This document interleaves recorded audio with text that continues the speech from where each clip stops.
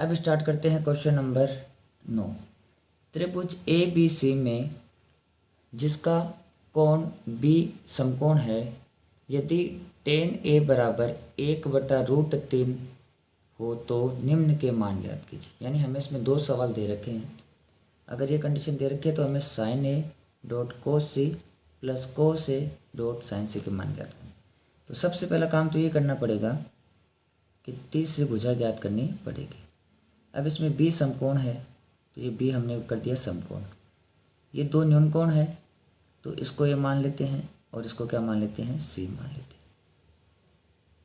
अब देखिए हमें दे रखा है tan a कितना दे रखा है, 1/√3 और tan होता है लंब बटे आधार। tan क्या होता है, लंब बटे आधार। तो कोण A के लिए लंब है 1, तो कोण A है, इसके लिए लंब कौन सी भुजा हो जाएगी, BC। तो लंब हमें कितना दे रखा है 1 और आधार ये बच जाएगा जो कितना है √3। अब तीसरी भुजा हो गई कर्ण, तो हमें ज्ञात करना है कर्ण। तो AC² बराबर AB² प्लस BC²। AB कितना है √3, तो √3 का स्क्वायर प्लस BC है 1 का स्क्वायर। किसी भी रूट वाली संख्या का स्क्वायर करते हैं तो रूट हट जाता है, तो ये 3 प्लस 1 का स्क्वायर 1, तो AC² आ जाएगा 4 और AC आ जाएगा √4 यानी 2। तो फाइनली हमारे पास तीसरी भुजा भी आ चुकी है। अब हमें क्या ज्ञात करना है, पहली चीज़ ज्ञात करनी है वो एक बार फिर लिख लेते हैं कि sin A। तो सबसे पहले क्या करेंगे, sin A ज्ञात करेंगे क्योंकि उसमें हमें sin A चाहिए। तो sin A देखो ये रहा, sin A चाहिए और cos C चाहिए। sin A, sin होता है लंब बटे कर्ण। तो देखो इस कोण A के लिए ये लंब और ये कर्ण, तो sin A हो जाएगा 1/2। फिर एक cos A भी चाहिए, तो cos A ले लेंगे।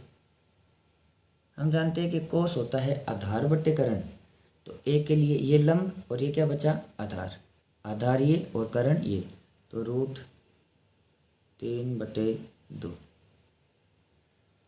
sin A आ गया, cos A आ गया। अब चाहिए sin C। तो देखो C के लिए sin क्या होता है, लंब बटे कर्ण। तो C के लिए लंब कितना हो गया, √3।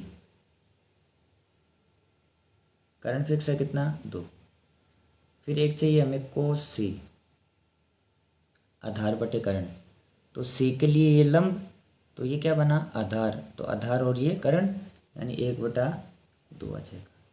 अब सारे मान आ गए हैं। तो पहले सवाल में देखो इसके क्या पूछा गया है कि sin A dot cos C plus cos A dot sin C। अब इनके मान रखेंगे। तो sin A का मान है 1/2, यहाँ पे कोई सिंबल नहीं है, इसका मतलब गुणा में है। फिर cos C, तो cos C कितना है, ये भी 1/2 प्लस cos A √3/2 गुणा में sin C, ये भी कितना है √3/2। गुणा कर देंगे, 1 को 1 से गुणा किया 1, 2 को 2 से गुणा किया 4 प्लस √3 से गुणा हुआ तो 3 बना और 2 से 2 गुणा होकर क्या बन जाएगा, 4। देखो दोनों में सेम संख्या है तो इनका एलसीएम भी क्या आ जाएगा, 4 आ जाएगा। और 1 + 3, 1 + 3 कितना हुआ, ये हो गया 4/4 यानी 1। तो इसके पहले सवाल का उत्तर कितना आ गया, 1 आ गया। अब इसी में एक दूसरा सवाल और हमें जो ज्ञात करना था वो है cos A और cos C। माइनस है यहाँ पे sin A sin C। तो ये मान हमने पहले ही ज्ञात कर लिए हैं। cos A है ना, cos A का मान है √3/2 गुणा कोस सी है 1/2 माइनस साइन ए, साइन है 1/2 गुणा साइन सी है √3/2। अब देखो ये एक जैसी संख्या नहीं है क्या, तो ये √3/4 बन जाएगा। √3 को 1 से गुणा किया √3 माइनस, फिर इनको गुणा किया तो ये भी क्या बन जाएगा √3/4। और दोनों को अगर माइनस करेंगे समान संख्या है तो आंसर कितना आ जाएगा 0 आ जाएगा।